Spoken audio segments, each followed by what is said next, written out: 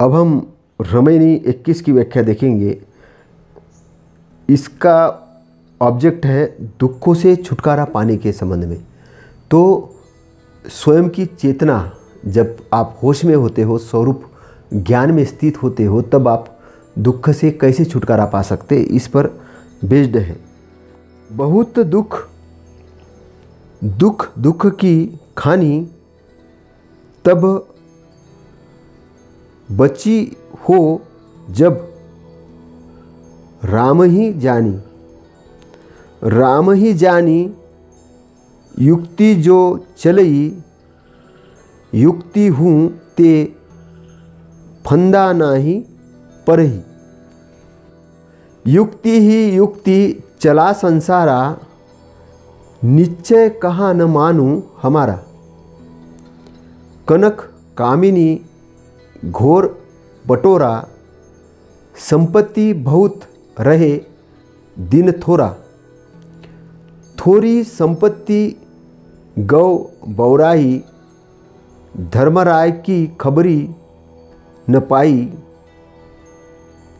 देखी त्रास मुख गो कुमिलाई, अमृत धोके गौ विष खाई। साखी मैं सिरंजो में मारो, मैं जारो मैं खाओ। जल थल माही या रमी रहो, मोर निरंजन नाव। विषयासक्ति यो अज्ञान अत्यंत दुखों की उत्पत्ति का स्थान है। इनसे तभी बचोगे जब आप अपने स्वरूप स्वयं चेतन राम को जानोगे।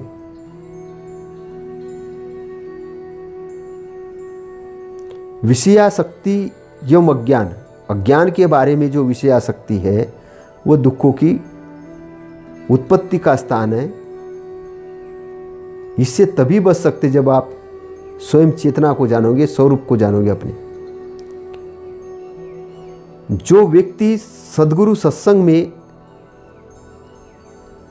अपने स्वयं चेतन को जानकर युक्तिपूर्वक चलता है, वह विषयासक्ति के बंधनों में नहीं पड़ता है। वैसे संसार में सभी लोग अपनी अपनी समझ से युक्तिपूर्वक ही चलते हैं, लेकिन वे गुरु की परिनिष्ठित पर विचार नहीं करते। गुरु ने क्या बताया उस पर विचार नहीं करते हैं। कनक कामिनी घोड़ा आदि वाहन, रेशमी वस्त्र आदि संपत्ति चाहे जितनी बटोर ले, किंतु संसार में रहना तो थोड़े ही दिन है। लोग छूटने वाली थोड़ी संपत्ति पाकर उसके मद में उन्मत्त हो जाते हैं और मौत का संदेश नहीं समझ पाते।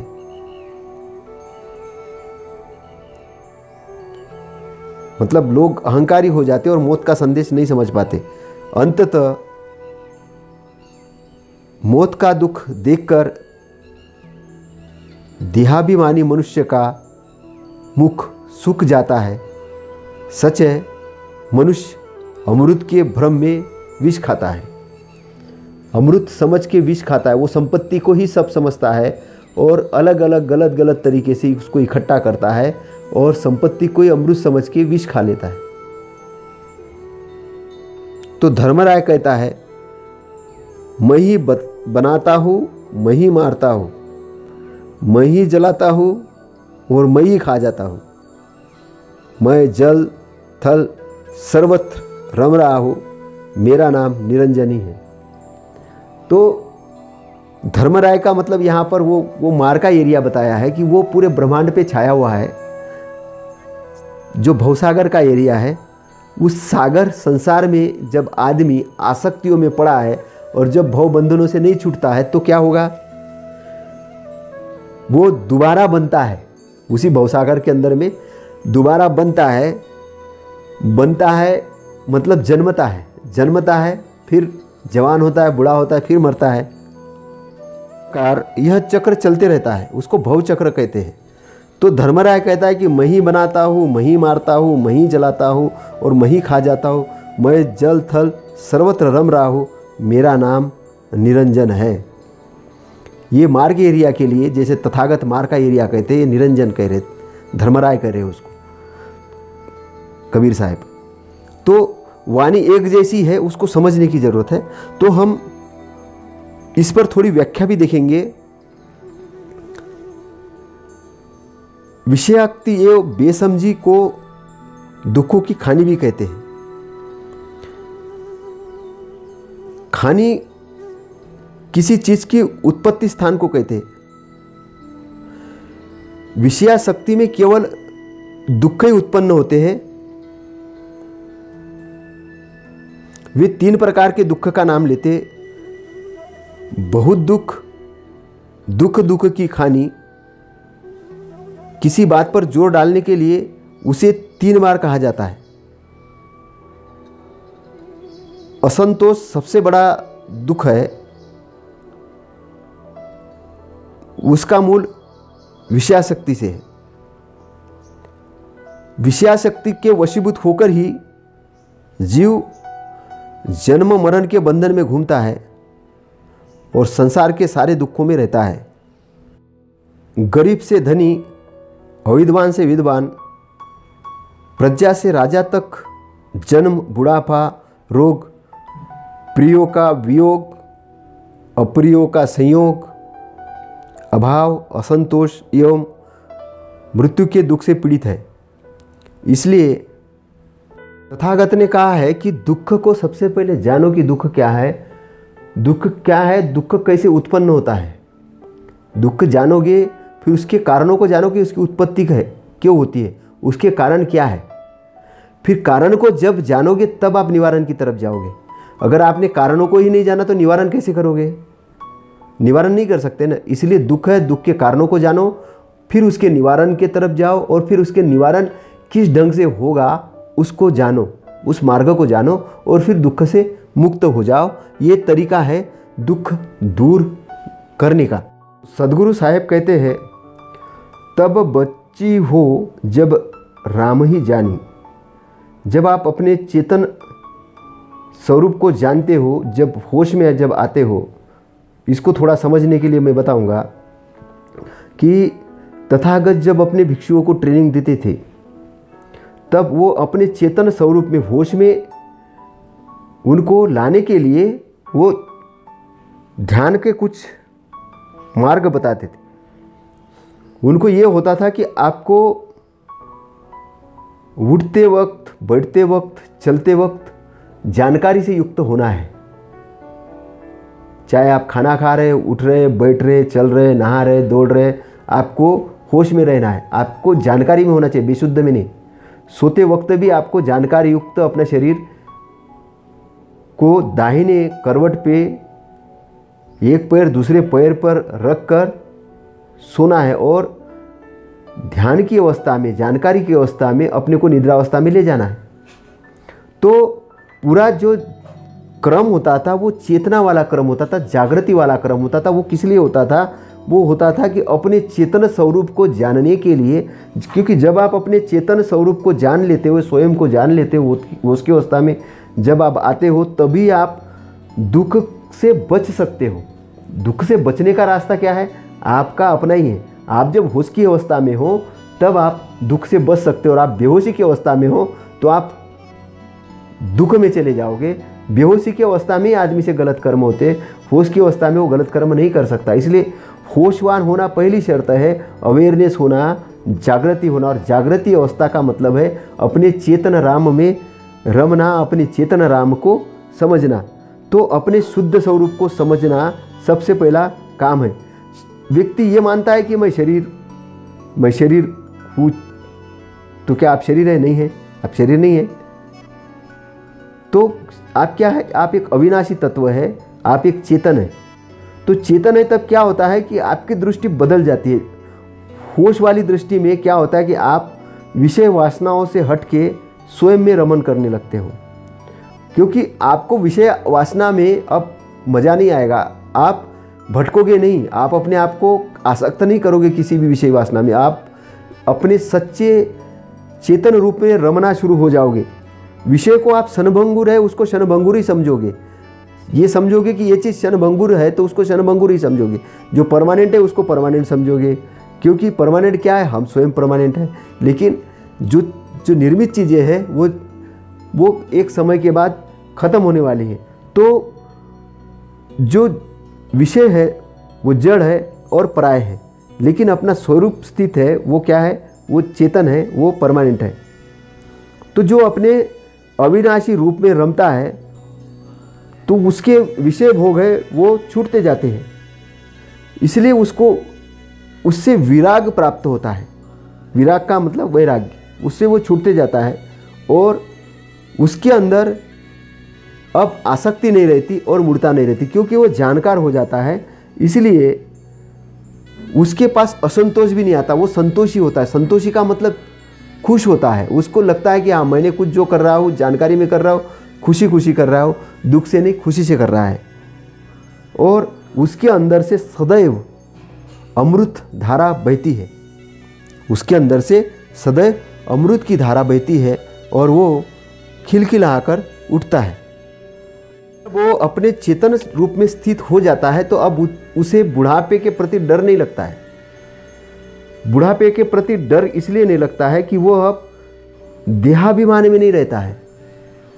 देहाभिमान का, देह का जो अहंकार है उसको, अहंकार उसका छूट जाता है, तो रोग और बुढ़ापे का भय उसका ख़त्म हो जाता है। उसको मालूम है कि ये शरीर है, इसकी मुझे देखभाल तो करनी है, क्योंकि इससे मुझे अच्छे अच्छे कार्य करना है, उसको अच्छे से रखना है। लेकिन वो ये जान लेता है कि मैं अब शरीर नहीं हूँ, मैं तो एक चैतन्य हूँ, न मेरा कोई क्षय होने वाला है, न मेरी कोई मृत्यु होने वाली है।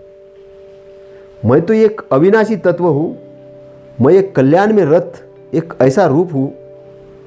तो वह समझता है 50-100 वर्ष की जो अवधि में सीमित शरीर को अपना असली जीवन नहीं समझता है। उसका असली जीवन तो वह अनादि अनंत है। वो जो विमल वाला स्थान है, जो मल रहित स्थान है, जो चंदन जैसा सुगंधित स्थान है, जो चांद से और सूरज से भी प्रकाशमान स्थान है, जो समय रहित स्थान है, जो शांति का स्थान है, प्रगाढ़ शांति का स्थान है, वो स्थान, वो जो चेतन वाला एरिया है वो मैं हूँ। जब उसे अपने खुद की जानकारी होती है तो उसे ही कबीर साहब ने कहा है कि राम जानी। तब जब वो बसता है कि जब वो अपने राम को जानता है, चेतन को जानता है। राम ही जानी युक्ति जो चलाई, युक्ति हूँ ते फंदा नहीं पराई। सदगुरु कबीर साहब यहाँ केवल राम को जानने की बात नहीं कर रहे, किंतु राम को जानकर युक्ति पूर्वक चलने की भी बात कह रहे हैं। युक्ति के अनेक अर्थ हैं, मिलन, तर्क, उचित विचार, हेतु, नीति, चातुर्य, अनुमान, उपाय, योजना, चाल, रीति। यहाँ विषयों से हटकर राम को जानने की बात है। इसमें तर्क तो चाहिए ही। कबीर का राम कोई व्यक्ति विशेष नहीं, किंतु सबका स्वयं स्वरूप है। ये तर्कयुक्त बात है। विषय जड़ स्वरूप एवं पर है और राम चेतन स्वरूप एवं स्वयं है। यह विचार है। उचित का अर्थ है ठीक ठाक, संतुलन एवं अपनी दशा में रहना। राम को जानने का मतलब है स्वरूप को जानना, और युक्ति से चलने का अर्थ है स्वरूप स्थिति की दशा में रहकर चलना, स्वरूप स्थिति के दशा में रहकर वर्क करना। जागृत अवस्था में काम करना, चेतन अवस्था में काम करना, अपनी स्वरूप स्थिति में रहकर काम करना, न कि स्वरूप स्थिति के बाहर जाकर। जैसे रोड में चलते हो तो अपने एक डिसिप्लिन अनुशासन में चलते हो, रोड के बाहर जाओगे तो एक्सीडेंट हो जाएगा। तो नियम, संयम और सब स्थिति से कब रह पाओगे? तब रह पाओगे जब आप चेतन की स्थिति में हो, और चेतन की स्थिति में हो, जागरण की स्थिति में हो, तब आप कैसे रहोगे? तो यहाँ युक्ति का अर्थ है उपाय, जो बहुप्रचलित है। कठिन काम भी युक्ति या उपाय से करने पर सहज हो जाते हैं, और बिना युक्ति के सरल काम भी कठिन हो जाते हैं। यह युक्ति और उपाय का ही फल है जो हजारों तथा लाखों टन का जो वजन लेकर ट्रेन, हवाई जहाज, जल जहाज एवं बसें दौड़ती रहती है,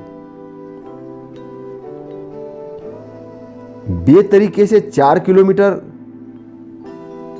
चलना और 10-20 किलो वजन लेके चलना भी कठिन हो जाता है। युक्ति से बात करने पर बिगड़ा काम भी बन जाता है, और बिना युक्ति से बात करने पर बना काम भी बिगड़ जाता है। कांटों के झुंड में फंसे हुए अपने वस्त्रों को युक्ति पूर्वक ही छुड़ाया जा सकता है, और जोर से जल्दबाजी से खींचने पर वस्त्र तो फट ही जाएंगे ना। अनादि काल से जीव विषयों में फंसा हुआ है। अपने स्वरूप का ज्ञान हो जाने पर भी कोई हठपूर्वक बंधनों से नहीं छूट सकता। युक्तिपूर्वक उपाय से चलने पर ही जीव बंधनों को तोड़ सकता है। ये तो राम को स्वरूप को जान लेने पर युक्तिपूर्वक चलकर जीव अपने को बंधनों से जीवन भर बचाए रख सकता है। युक्ति हूँ ते फंदा नहीं परही, यह वचन यहाँ बहुत महत्वपूर्ण है। युक्ति ही युक्ति चला संसारा, निश्चय कहाँ न मानू हमारा। संसार के सभी लोगों को यह अहंकार है कि हम तर्क, विचार, उपाय एवं संयम से ही चल रहे हैं, अर्थात हम युक्तिपूर्वक ठीक ठाक ही चल रहे हैं। परंतु यदि लोग ठीक ठाक ही चल रहे होते तो उनके जीवन में दुख क्यों है? और यदि इंसान को सच्चा ज्ञान हो जाए, उसी ज्ञान के मुताबिक वो जीवन में आचरण करे, तो वह दुखी नहीं हो सकता। मनुष्य की समझ और आचरण गलत होते हुए भी वह उसके प्रति अच्छा होने का अहंकार करता है। वह सद्गुरुओं की बातों पर ध्यान नहीं देता है। निश्चय कहाँ न मानू हमारा का अर्थ है मनुष्य गुरु के सच्चे उपदेशों पर ध्यान नहीं देता है।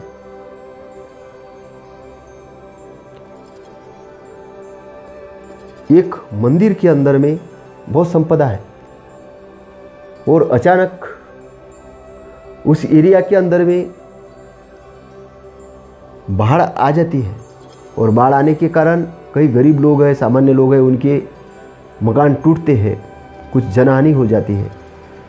और उस मंदिर के एरिया के अंदर में जो लोग रह रहे थे, उन्होंने उस मंदिर को दान दिया है, उन्होंने उस मंदिर को बनाया, उन्होंने उस मंदिर को दान देके उस मंदिर के अंदर में अरबों की संपत्ति इकट्ठा की है। ऐसा मंदिर के साथ ही नहीं, बहुत सारे और जो ऐसे चीज़ें बनी है उनके साथ में भी यही है। लेकिन उस स्थान के एरिया के लोगों के ऊपर कोई विपत्ति आ गई, कुछ आ गया, तो मंदिर के पट खुलने चाहिए उनके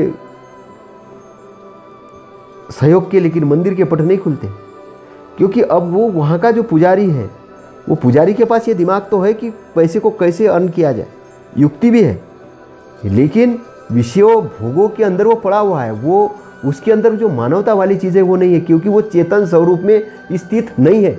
अगर चेतन स्वरूप में स्थित होता तो उसके अंदर में दया होती, करुणा होती, मैत्री होती, और वो उनको बचाने के लिए, उनके इसके लिए काम करता। तो तथागत भी इसी मार्ग की बात करते हैं, जो साहेब सदगुरु कबीर साहब कहते हैं कि लोग हमारा कहना नहीं मानते, कमा तो लेते लेकिन हमारा कहना नहीं मानते, इसलिए दुख में पड़े हैं। दुख में किस चीज़ से पड़े हैं? क्योंकि आसपास अगर अकाल पड़ा है, लोगों को खाने के लिए नहीं मिल रहा है, तो फिर क्या करेंगे? वो उसको लूटने की प्लानिंग करेंगे, चोरी करने की प्लानिंग करेंगे। इसके कारण से क्या होता है कि जब असंतुलन की स्थिति होती है, तो असंतुलन की स्थिति केवल बाढ़ और पानी के साथ ही नहीं होती, जनजीवन में भी असंतुलन होता है। तो वो युक्तिपूर्वक सुलझाया जा सकता है अपने चेतन राम में स्थित होकर। वो चेतन राम में जो व्यक्ति स्थित है, उसकी युक्ति जो चलाएगा, वो ढंग से युक्ति चलाएगा, उस युक्ति से बड़े बड़े काम तो हो ही जाएंगे, साथ में सुख भी आ जाएगा, दुख खत्म हो जाएगा। इसलिए सदगुरु साहिब कहते हैं कि हमारे बातों पर भी ध्यान दो। लोभ यानी आसक्ति और मोह यानी मूढ़ता में पढ़कर मनुष्य गुरुजनों की सच्ची बातों पर ध्यान नहीं देते हैं। वे धन, ऐश्वर्य, परिवार, मान प्रतिष्ठा, ऐसी बातों पर तो बहुत ध्यान देते हैं, लेकिन ये बातें तो थोड़े दिन रहने वाली है। संपत्ति और समाज जो हम चाहे जितने जुटा ले, किंतु इनके साथ तो हमको अपने शरीर है तब तक ही हम रह सकते हैं। तो फिर इनके प्रति हमको प्रमाद करना चाहिए, आसक्ति करनी चाहिए। थोड़ा ऐश्वर्य, सम्मान एवं जन समाज पाकर, जन समाज यानी उसको फॉलो करने वाले लोगों को पाकर आदमी अहंकार के नशे में पागल हो जाता है, और वो ये समझता है कि मौत तो आने वाली है नहीं, लेकिन मौत जब आती है तो एक क्षण में इन सब चीज़ों का वियोग कर देती है। जिसे मौत की खबर नहीं है उसको समझना चाहिए। बाल पकना, दांत टूटना, आंखों की रोशनी जाना, तो ये शरीर का बूढ़ा होना, ये क्या है? ये प्रतिदिन मौत की तरफ तो हम जा ही रहे, लेकिन मूढ़ आदमी इसको नहीं समझ पाता और उसको संदेश भी नहीं मिलता है। उस कारण इस भूतल पर बड़े बड़े राजे महाराजे आके और चले गए, और अभी देखते कि उनके नामो निशान भी नहीं रहते। जिन्होंने पहले से देहाभिमान, देह मतलब शरीर के प्रति अभिमान, माया यानी मूढ़ता के प्रति अभिमान नहीं छोड़ा, ऐसे मोहासक्त जीव जब उनके सामने मृत्यु आती है तब वे भयभीत हो जाते हैं। उनको लगता है मेरा तो सारा माना हुआ सारी चीज़ अब छूट रही है। जमीन, मकान, रुपए, परिवार, समाज, सम्मान, जिन्हें वो अपना मान रहा था, सब छूट रहे हैं, और उसका मुंह सूखने लगता है। तब उसे लगता है कि मैंने तो गलत तरीके से ये सब संपत्ति और सब चीज़ें अर्जन की है, गलत तरीके से मैंने अपने आप को प्रस्थापित किया है। लेकिन ये प्रस्थापित तो कर दिया, लेकिन अब मुझे छोड़ के जाना पड़ रहा है। अब उसे कुछ सूझ नहीं रहा है, क्योंकि वो जिसको अमृत समझ रहा था वो अमृत के जगह विष खा रहा था। अमृत समझ के वो विष खा रहा था। अब पछताने से क्या होता है? जब चिड़िया चुग गई खेत, धोखे से आदमी अमृत के स्थान पर विष खा रहा था और जो इंद्रियों के माध्यम से वो अपने आप को मजा ले रहा था।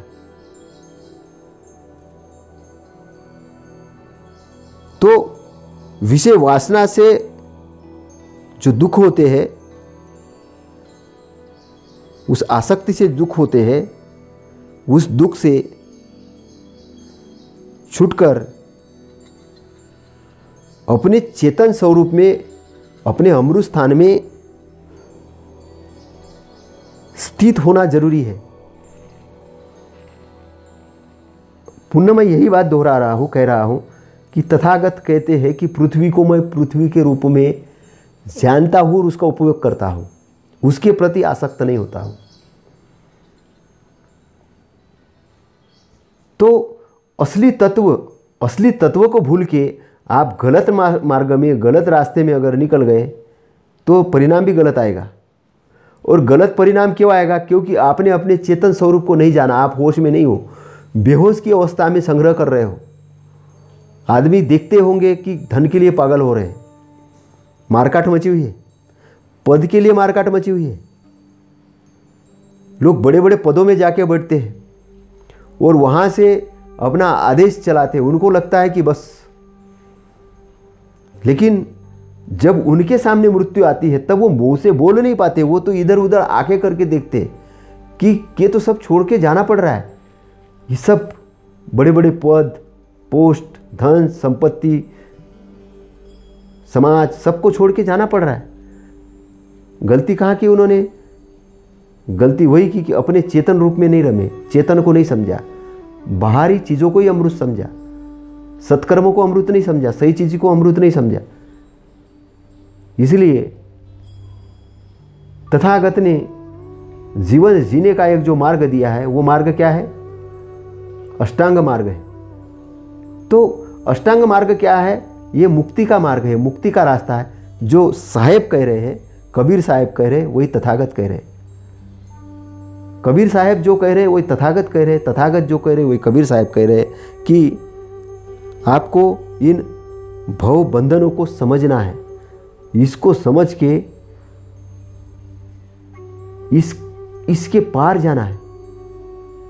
कुछ लोगों को देखिए कि उनके पास 10 देशों के अंदर में साम्राज्य स्थापित हो गया, उनकी कंपनियां स्थापित हो गई। फिर देखिए 11वें देश में स्थापित करने के लिए बड़े दुखी है। दुखी क्यों है? क्योंकि उनको लगता है कि उनका जो दूसरा पड़ोसी है वो उनसे कई ज़्यादा आगे है। तो शरीर की तो एक उम्र है, उस उम्र के पास शरीर को तो जाना है। तो फिर क्या साम्राज्य का विस्तार नहीं करना है? करना है, लेकिन उसके प्रति आसक्त नहीं होना है, दुखी नहीं होना है। उसको समझना है कि ये चीज़ टेम्पररी चीज़ है, इसका सदुपयोग करना है, दुरुपयोग नहीं करना है। कुछ लोग गरीबी में पड़े हैं, वो भी एक प्रकार की मूर्ता और आसक्ति है, और कह रहे हैं कि भगवान तो उन्हीं के पास रहता जो गरीब है। कुछ करते नहीं, आलस में पड़े हुए हैं, ज्ञान अर्जन नहीं करते, कोई काम नहीं करते, और हर दिन अपने आप को आशा करते हैं कि सरकार उनके लिए कुछ करेगी, कोई पड़ोसी आके करेगा, उनके माँ बाप उनके लिए करेंगे, और वो कुछ नहीं करेंगे, बस वो रोते रहेंगे। तो ऐसा भी जीवन एक फालतू जीवन है, वो भी एक आसक्तिपूर्वक जीवन है, वो भी एक मूर्ता वाला जीवन है। दूसरा जीवन, वो भी जीवन आसक्ति वाला जीवन है जिसमें बहुत कुछ है लेकिन किसी को कुछ देते ही नहीं है। दोनों में नहीं रहना है, चेतना में स्थिर रह के, अपने स्वरूप ज्ञान में स्थिर रह के सारी चीज़ों का आनंद लेना है, लेकिन सभी चीज़ों को जिसको जैसे है उसको वैसे देखना है, और जैसे वैसा देख के भव बंधनों से पार होके उस चेतन रूप में रमना है। और उस रूप में रमने से क्या होगा? आपके सारे काम बहुत अच्छे होंगे, आप बहुत सारे काम करेंगे। क्या तथागत काम नहीं करते थे? बहुत ज़्यादा काम करते थे। 4 घंटे सोते होंगे मुश्किल से, बाकी तो 20 घंटे वो अपने ध्यान में और प्रवचन देने में और प्रचार करने में लगे रहते थे। कितने महापुरुष हैं जो कि अपने आप को बिल्कुल अवेयरनेस रखते हैं और जन कल्याण के लिए निकल पड़ते हैं, खुद के कल्याण के लिए भी निकल पड़ते हैं, जन कल्याण के लिए निकल पड़ते हैं। अगर आपने संपत्ति अर्जन की है, बहुत अच्छा है। कई लाखों लोगों के अगर आपने काम दिया है, उनके घर को आप खुशहाल बना रहे, सबसे पुण्य काम आप कर रहे हो। लेकिन लोगों की संपत्ति हड़प रहे हो, शासन प्रशासन में बड़े पोस्ट पे जाने के बाद ये सोच रहे हो कि भारत की जो जनता है, विदेश की जो जनता है, जो भी है, उनका कल्याण कैसे नहीं हो, उसके लिए हम काम करेंगे। धर्म की जानकारी तो है नहीं, लेकिन धर्म के नाम पे अधर्म कर रहे हो, लोगों की हत्याएं करवाने के लिए प्लानिंग कर रहे हो साधु महात्मा बनकर। तो साधु महात्मा बनकर अगर प्लानिंग कर रहे हो तो साधु महात्मा नहीं हो, साधु महात्मा के नाम पे आतंकवादी हो। एक धर्म के नाम पे दूसरे धर्म के नाम पे लड़ाने का काम कर रहे हो, तो इंसानियत स्थापित करने का काम नहीं कर रहे हो। धर्म के नाम पे एक राजनीतिक दल बना के काम कर रहे हो और अपनी राजनीति चला रहे हो। और जो सामान्य लोग हैं, जो मूढ़ लोग हैं, उनको अपना चेला बना के उनको बोल रहे हैं कि चलो। तो इससे आप वो अर्जन नहीं कर पाओगे। आपको संपत्ति तो मिलेगी, पद भी मिलेंगे, लेकिन आप चेतन रूप में नहीं जा पाओगे, चेतन स्वरूप में स्थिर नहीं हो पाओगे, भव बंधनों से पार नहीं जा पाओगे। लेकिन जो टेम्परेरी चीज़ें आपने इकट्ठा की होगी, जब ये मृत्यु को जब सामने देखोगे तो दुखी हो जाओगे। सद्गुरु के मार्मिक वचनों को समझना बहुत ज़रूरी है। बहुत गहराई वाली बात उन्होंने यहाँ पर कही है। कई राजा चले गए, महाराजा चले गए, क्योंकि देहाभान वाले थे, देह का अभिमान मानने वाले थे, उनको देह का ध्यान ही नहीं था। और ऐसा जीवन जीने में भी क्या मतलब है कि जो जीवन के अंदर में आदमी अमृत के स्थान पर विष को खा लेता है। तो ऐसे जीवन से क्या मतलब है। इसलिए सद्गुरु साहब कहते हैं, अपने चेतन स्वरूप अमृत में रमो। इस रमेनी के अंत में कहा गया, मेरा नाम निरंजन है, मैं ही जन्माता हूँ, मारता हूँ, जलाता और खाता हूँ, मैं जल स्थल सर्वत्र रमता हूँ। तो ये निरंजन क्या भला है, जिसका एक अर्थ ये भी लिया जा सकता है काल, और दूसरा अर्थ उस उल्टी हुई ब्रह्म धारणा के लिए है, जिसने सारी सृष्टि की उत्पत्ति, स्थिति और प्रलय माना गया है। ब्रह्मवादी अपने को सारे संसार का मूल कारण ब्रह्म मानकर कहते हैं, मैं सबका सृजन करता हूँ, मैं सबका संहार करता हूँ, और मैं सबको जलाकर खा जाता हूँ, मैं जल स्थल सर्वत्र रम रहा हूँ, मेरा नाम निरंजन है, गुणातीत ब्रह्म है। निश्चित है यह धारणा एक सनक है। यह धारणा सनक है। क्यों ये धारणा सनक है? क्योंकि मैं ही ब्रह्म हूँ, मैं ही उत्पन्न करता हूँ, मैं ही मारता हूँ। तो ये एक काल की बात है। ये कौन कह रहा है? मार कह रहा है। मार के क्षेत्र के अंदर में क्या है? जब आप मार के बंधनों से अगर पार नहीं जाओगे, मार यानी कुशलता, मल, वो मल को शुद्ध नहीं करोगे अपने चित्त से, तो क्या होगा? जन्म भी होगा, बुढ़ापा भी होगा, मृत्यु भी होगी, दुख भी आएंगे, ये सारा चक्र चलते रहेगा। लेकिन यदि आपने निर्वाण के एरिया को, निब्बान के एरिया को समझ लिया है, जान लिया है, तो आपने अपना कदम भव बंधनों को तोड़कर आगे बढ़ा दिया है। अब आपको दुख नहीं होगा, क्योंकि आपका ध्यान इस भव बंधनों से तोड़कर उस रास्ते पर जाने पे निकल जाएगा, जो रास्ता आंतरिक रूप से स्वयं चेतन की तरफ जाता है, होश की तरफ जाता है।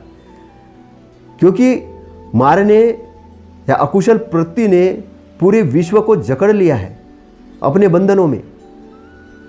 और ऐसे लोगों ने व्याख्या करके रखी कि मैं ही ब्रह्म हूँ, मैं ही पैदा करता हूँ, मैं ही मारता हूँ, मैं ही शरण देता हूँ, मैं ही है।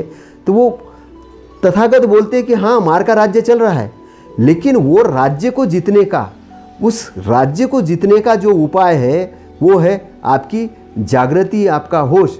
जब आप जागृति की अवस्था में आओगे, सही रास्ते पे जाओगे, सही डायरेक्शन में जाओगे, तो आप उस बंधन से छूटते जाओगे। उस बंधन में बंधने के कारण आदमी अज्ञान में ऐसी ऐसी कल्पना करता है। अभी कोरोना वायरस चल रहा है, कोरोना वायरस से मुक्ति के लिए लोगों ने अभी यज्ञ करना शुरू कर दिए। यज्ञ तो करना ही शुरू कर, अब कोरोना देवी की भी मूर्ति आने लग जाएगी। जैसे पहले लोगों ने काल से छूटने के लिए, काल यानी टाइम, समय, मृत्यु, इससे छूटने के लिए मृत्यु के मंदिर बनाने, काल के मंदिर बनाने, शुरू कर दिए और जय जय काल होने लग गया। जबकि जो निब्बान वाला एरिया है वो अकाल का एरिया है, अकाल का एरिया है जहां पे काल नहीं है। सत अकाल, तो गुरुजन अकाल कहते हैं उसको, अकाल के शरण में जाने की कहते हैं, और लोग काल की शरण में जा रहे हैं। तो भव बंधनों में पड़ने वाले लोग ब्रह्म को सब कुछ मान लेते कि ब्रह्म ही उत्पत्ति कर रहा है, ये कर रहा है, विनाश कर रहा है, और ये इन देवताओं ने इसकी उत्पत्ति की और वैसा किया वो, और वो उसका नाश कर रहा है, वो संहार कर रहा है, और वो डिसिप्लिन कर रहा है, और वो अनुशासन कर रहा है। ऐसे करके आदमी खूब भटक रहा है, संसार में खूब भटक रहा है, चारों तरफ भटक रहा है। वो भटकते भटकते उसको पता ही नहीं होता कि कब उसकी उम्र हो गई और कब वो उसी भव बंधनों में दोबारा जाके और वापिस आने वाला है। उस भव चक्र के अंदर ही घूम रहा है, वो चक्कर से बाहर ही नहीं निकल रहा है। तो दुख चक्र को तोड़ने की बात है। और ऐसे जो दुख चक्र के अंदर में रहे हुए जो लोग हैं वो उसी चीज़ को अमृत मान लेते हैं कि जो अमृत नहीं है। और फिर क्या होता है, जब उससे दुख होता है तो फिर छोड़ने की तरफ जाते हैं। जो छोड़ने की तरफ, एक दूसरे लोग हैं निराशावादी, ये जीवन बड़ा निराशावादी है, ये है वो है, वो दुख की व्याख्या करने लगते हैं। लेकिन सद्गुरु जो है वो दुख के मुक्ति की बात करते, आशा की बात करते, आनंद की बात करके, सुख के अंदर आने की बात करते। समझने वाली बात है। एक व्यक्ति छोड़ने की तरफ है, एक पकड़ने की तरफ है, और सद्गुरु है ये संतुलन की इस तरफ है कि आपको जीवन जीना है, आपको जगना है, आपको मूर्तावश कुछ करना नहीं है, आपको डर के कुछ काम नहीं करना है, आपको समझ के काम करना है, आपको जानकारी से काम करना है। नहीं तो डर तो पूरे धर्मों ने फैला दिया आपके लिए चारों तरफ कि आप ऐसा नहीं करोगे तो ऐसा हो जाएगा और ये हो जाएगा, और इतनी कहानी और कल्पनाएं इतनी गढ़ ली है कि आदमी वो शास्त्रों का बोझ लेके दबा हुआ है। उसकी स्वतंत्र चेतना ही गायब हो गई, उसका स्वरूप चेतन गायब हो गया है। वो एक कदम भी बढ़ाने से पहले पुजारी के पास जाता है, भविष्य वक्ता के पास जाता है, भविष्य वाले के पास जाता है, ये करूँ कि नहीं करूँ, कौन से टाइम में करूँ, क्या करूँ। उसको क्योंकि प्रकृति के नियम नहीं मालूम। प्रकृति के नियम इसलिए नहीं मालूम क्योंकि वो होश में नहीं है, जागरण में नहीं है, स्वयं चेतन में नहीं है, वो स्वयं का मालिक स्वयं नहीं है, वो गुलाम बन चुका है। तो ये जो रमैनी है वो है ज्ञान प्राप्त करने की, चेतन में आने की, युक्ति को सही ढंग से उपयोग करने की, भव बंधनों से बाहर निकलने की, दुख से बाहर निकालने की। और संपत्ति ही केवल भौतिक संपत्ति सब कुछ नहीं होती है, एक संपत्ति चेतन संपत्ति भी होती है, जिसको भी अपना भला करना है उसको चेतन रूप से, होश रूप से भी आना होगा और बैलेंस लाइफ जीना पड़ेगा। जैसे पेड़ बाहर बहुत हरा भरा है, बहुत मजबूत है, वो क्यों है? क्योंकि वो अंदर से भी उतना मजबूत है, उसकी श्रृंखला है, उसकी डालियाँ जितनी अच्छी लग रही है, उसकी जड़ें भी उतनी अच्छी है, वो बहुत गहराई में गई हुई है और वहाँ से वो पानी लेती है। तो आपके जीवन, जो बाहरी जीवन, जो आप आनंद का जीवन बनाना चाहते हो, तो आंतरिक जीवन को भी अच्छा बनाओ। अगर आप आंतरिक जीवन को अच्छा बनाओगे तो फिर आप एक बैलेंस लाइफ जियोगे, आपका कदम अच्छा कदम होगा। आप अच्छा कदम सोच समझ के विचार करके उठाओगे और आपके पास एक जानकारी का स्रोत होगा। आप डरेंगे नहीं, अब आप बलशाली बनेंगे, आप विद्वान बनेंगे और विद्वान बन के वो सतपथ पे आ जाएंगे, जिस सतपथ पे चल के लोगों की अच्छी गति हुई है, सदगति हुई है, और सदगति होके उन्होंने अपने आप को अच्छे मार्ग पे ले आए हैं। संपत्ति का अर्जन तो उन्होंने किया ही किया है, संपत्ति के अर्जन के साथ साथ में उन्होंने दुख की मुक्ति भी की है। मतलब आपको एक संपत्तिशाली तो बनना ही है, लेकिन संपत्ति से आसक्ति नहीं मान के, उसको चिपक के न रह के, उसको एक साधन मानना है। उस साधन का उपयोग अच्छे चीज़ों के लिए करना है, अच्छे कर्मों के लिए करना है। जब ये दोनों बैलेंस हो जाएंगे तो दो चक्कों पे चलने वाली जो आपकी गाड़ी है, ये गाड़ी जब बैलेंस हो जाएगी तो आप जीवन का भरपूर आनंद लोगे, भरपूर मज़ा लोगे, और आनंद लेते लेते आप इस भवसागर की यात्रा को बहुत अच्छे से पार कर लोगे। और मृत्यु आने पर फिर आप डरोगे नहीं, आप खुशी खुशी से मृत्यु का स्वागत करोगे।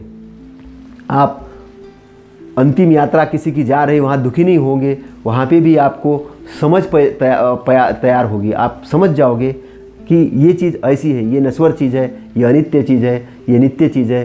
तो आपका मंगल हो, शुभ मंगल हो। इसी के साथ में ये रमे नहीं पर व्याख्यान समाप्त करते हैं। धन्यवाद।